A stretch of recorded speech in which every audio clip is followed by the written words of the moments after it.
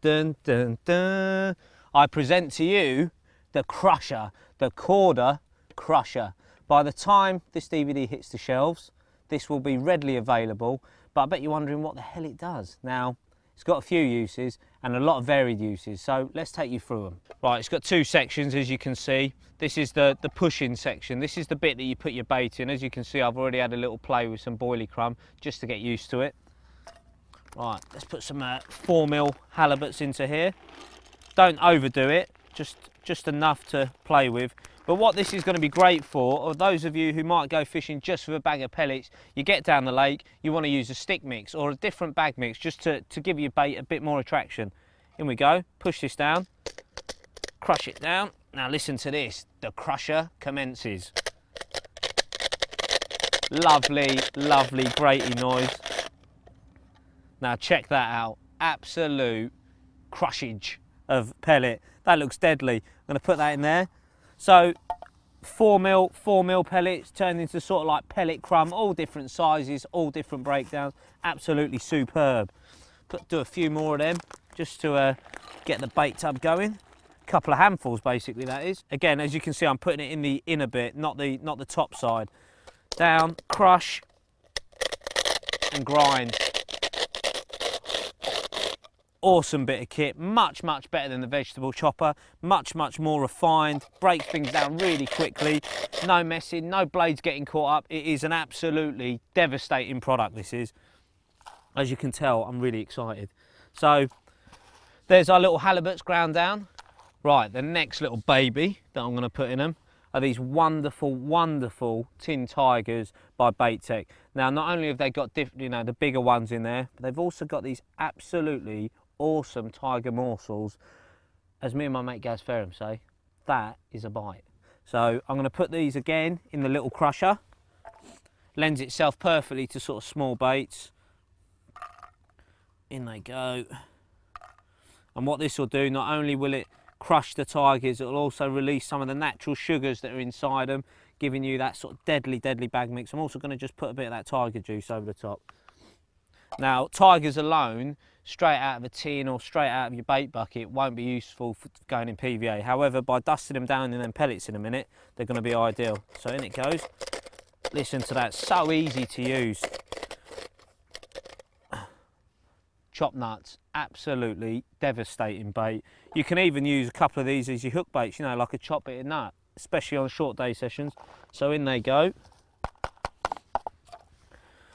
So we've got a little tiger and pellet bag mix here. That's enough to soak in that juice off the tigers so it doesn't melt your PVA. Awesome. So let me just show you the sort of rig I'll use that on.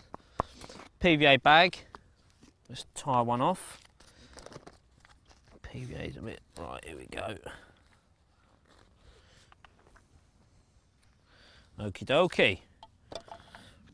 Usual score, this is the big funnel web size. Again, it comes complete with a plunger like all the systems that we do, making it the all-round product. So in we go. Little bag, again, we're not trying to feed them, just trying to catch them. So a 50p size bag is ample.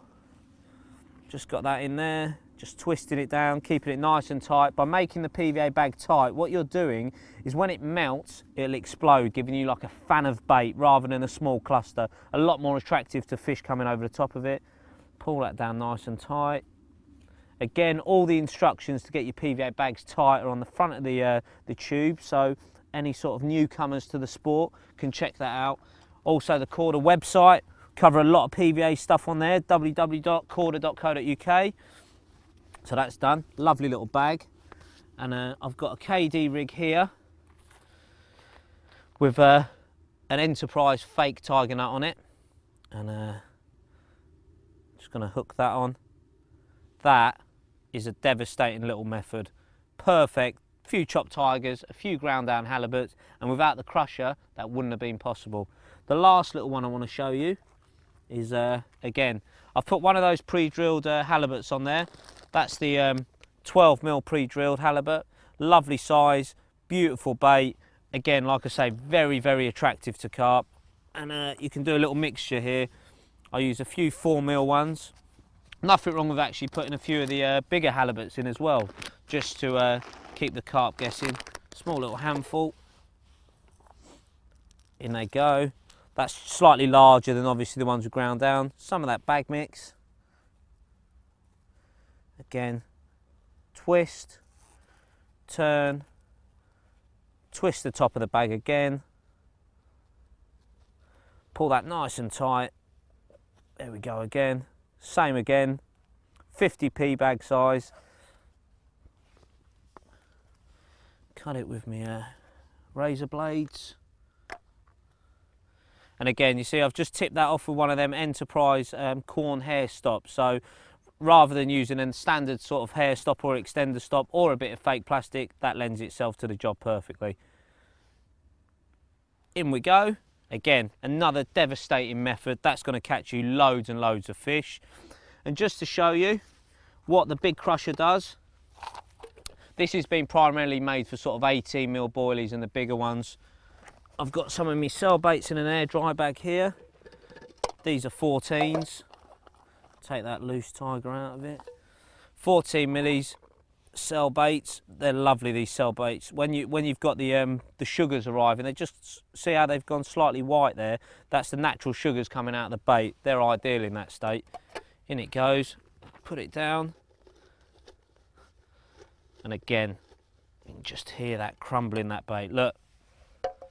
Couple of turns and an absolute awesome handful of chopped boilies. So whether you're fishing over weed or margin fishing or just putting them into your spod mix, you know how popular that is in Dan's various spod mixes. Chopped baits play a massive part in it.